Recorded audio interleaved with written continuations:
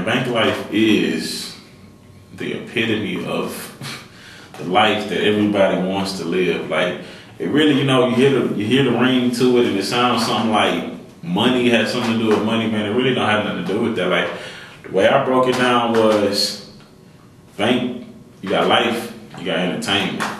I feel like those are three things, if you have in proportion with each other, that, like, you know what I'm saying, that in unison, I feel like you can have a well-off life. You know what I'm saying? You have a bank, you got love, that's where the heart comes from, and you got entertainment. You know what I'm saying? You have a well-balanced life with those three. I chose that release day because it's Halloween. You know what I mean? Like, I'm a motherfucking monster. I mean, I practiced that line for the longest, man. And like, nobody really ever asked me why I chose releases on Halloween, but that's really the reason. You know, I looked at other artists and seen when they dropped their albums, so it wouldn't contradict with anybody. You know, I feel like it's the right business move to make. So, and I wanted it to be before the holidays, before Christmas and all that. So that's why I'm releasing on Halloween. 10/31/11. Title Bonds, get it. I pretty much, you know, on this track, I felt like speaking like on some spoken words type stuff, like, you know, pretty much explaining everything with the whole Title Bonds, the whole concept and everything, how I came up with it. Like, my mom gave me that name, like, growing up, and it's been with me ever since. She always say, you know, I was in between two families, man. I come from a family. I got 9 brothers and sisters. You know, my pops had 3 before he met my mom, and my mom's had 3 before she met my dad. You know, so I was like in between 2 families, and I was also the start of a family. So pretty much bringing everything together, like that completion, like that putting everything together, like that. She called me to tie that bun. So I feel like I'm that same thing with the game, the rap game, the music business, the whatever you want to call it. I'm the tie that buns. It's featuring Young Spade. It's produced by Charles Thompson. Man, this one's been in the works since 07, man. Like, I came up with the concept once my neighbor had, like, really, he gave me a concept of a beat that he was gonna make. My neighbor, like my next door neighbor, you know, he had a studio and everything. This was before I was really serious about rap and everything. You know, he gave me a beat and everything, and I said, I don't know what to do with it. I just wrote a hook, recorded the hook there, and that's all you know, it's been on the desktop ever since. But, you know, I got in the studio with Young Spade, and then we end up, you know, working on that concept a little bit more in depth. And, you know, spit some real type music. I feel like a lot of people that are from the hood will be able to relate to it. Really, like, anybody that's been able to have, like, a near-death experience will be able to relate to it, because it's talking about, you know what I'm saying, how I came face to face with death. This one really came about, like, when the whole journey era was, like, real big. Like, I decided, you know, I want to do something like that. Like, I want to have fun. I have fun in the studio, so I came up with that, you know, like, I decided on the concept of a beat, and then I spoke with Fudge from Produktions about giving me a beat made. And, you know, him being from the Dallas Fort Worth area, he's up from Denton and everything, like, he came up with the club beat, you know, because he's used to that type of fit. Keeping the chick, man. That little interlude, little skit, man, it was kind of a little crazy. Pretty much, like I said, I like to have fun in the studio, so that's pretty much what I did. Like, I did a simulation of the phone calls I get from, like, females, man, like, really, and they just, like, they have really no understanding of, you know, what goes on in the actual studio, and they feel like, I don't know, maybe you could be anywhere to them, you know, but like, I explained everything about how I feel towards, like, having the chick, actually in the song, having the chick. So, man, that one there is classic, man. The PQ Boys produced that one. It's featuring Mickey French and Shaun Juan. That's my big brother, man, the one. Shaun Juan, man, he, you know, really just, that track just really, like, has, like, 3 different viewpoints on females, man. That one's like that. That one really is classic. Yeah, and now I'm signed. It's more than a single, really, man. It's a movement. I started a whole movement with this, man. Like, I got a website for it, www.that'sabet.com. Like, who you know doing that? Like, I got a website for my single. But with that one, man, like, I really feel like, you know, That's a Bet. You know, everybody says That's a Bet, but the origin is like, it's real Texas based. I like to say that we created it in Houston, but you know what I'm saying? That may or may not be true, but it is what it is regardless. Like, I capitalized on That's a Bet. I seen them, you know, there's other songs out there called That's a Bet, but they're not saying That's a Bet. Like, I pretty much made it like a chant. Like, it's like a real dirty South type song, man. I really catered to Houston on this one, man. Man, the video, that one was shot and directed by Carter out of Carter Films, man. And, you know, like, that really helped the whole movement. Like, we started with that, and then from there, like, we got the wristbands. That's a Bet wristbands. We got the promo discs. We got t-shirts made, man. So, like, we really just made a whole little movement out of my single. This really was like one of my first 3 tracks that I produced myself.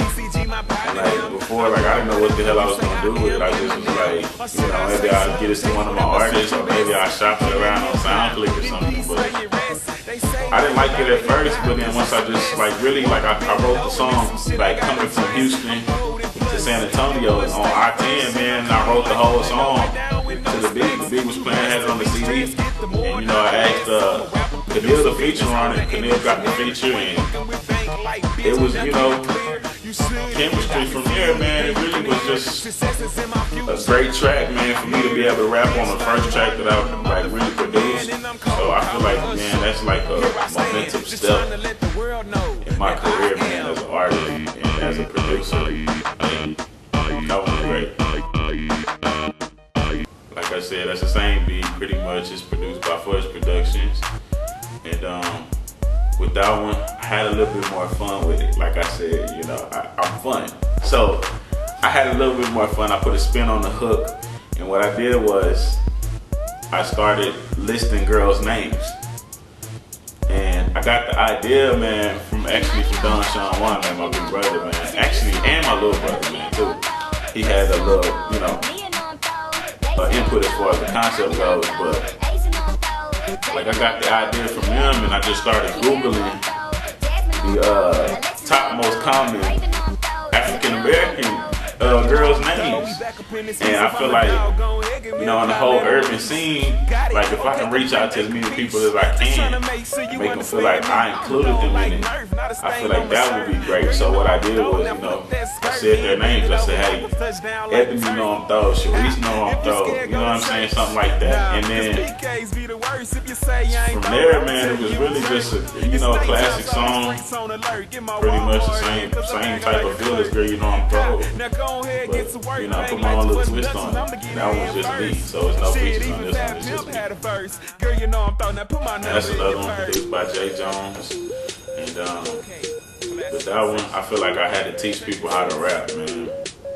And so, what better place to learn how to rap than rap school? Just saying. That's another one produced by JJonez, so I think he had, what, 3 on the album. And I See You, the whole concept came from, like, cause it's really like a chant-based song. It's, I see you with your looking, I see you with your looking. You know what I'm saying? We got the idea from back in the gap, man. We used to say, like, with your looking ass, I see you with your looking ass. And, like, you know, I got that concept from, like, when I was in high school and shit, man. My homie Rob Jones, man, we used to say that back and forth. And, you know, we actually had a little, pretty much a little disagreement on who founded it, but, you know, I ran with it. I'm still giving them writers credit, so shout out to my boy. I'm really just tapping into my poetic side on this one, man. Like, it's an actual poem I wrote, and it's inspired by a young lady I know. I ain't gonna say any names or anything, but she knows who she is. But I really just, you know, it's inspired by her. It's not about her, but people don't really know that I wrote poetry before I was rapping, so I had to like be able to display it. Like I said at the beginning, I had the tie that buns was like spoken words, and this one is some poetic type stuff. So man, I just really just showing my whole artistic value on that one. Really, that was actually on a mixtape that we did as a company, Bank Life, and with that mixtape, I had like all of the artists that we had contracted. I had them do different tracks and everything. We had a track of our own, and then we each had a track with another featuring artist on the company. So this was my featuring track, but it came out so damn good. I just was like, man, I gotta put this on the album. So I reached out to Drumz, purchased the beat, and from there it was history, man. It's featuring Kenille, and Infamous T. And it's really a heartfelt track, you know, really like depicts what I was going through, like in my personal life, man. But you know, as artists, we tend to fabricate things, so you know, it may not be exactly what we was going through, but actually like inside the heart, or the mind, like I just painted a picture, man. It was fucking Picasso art. It was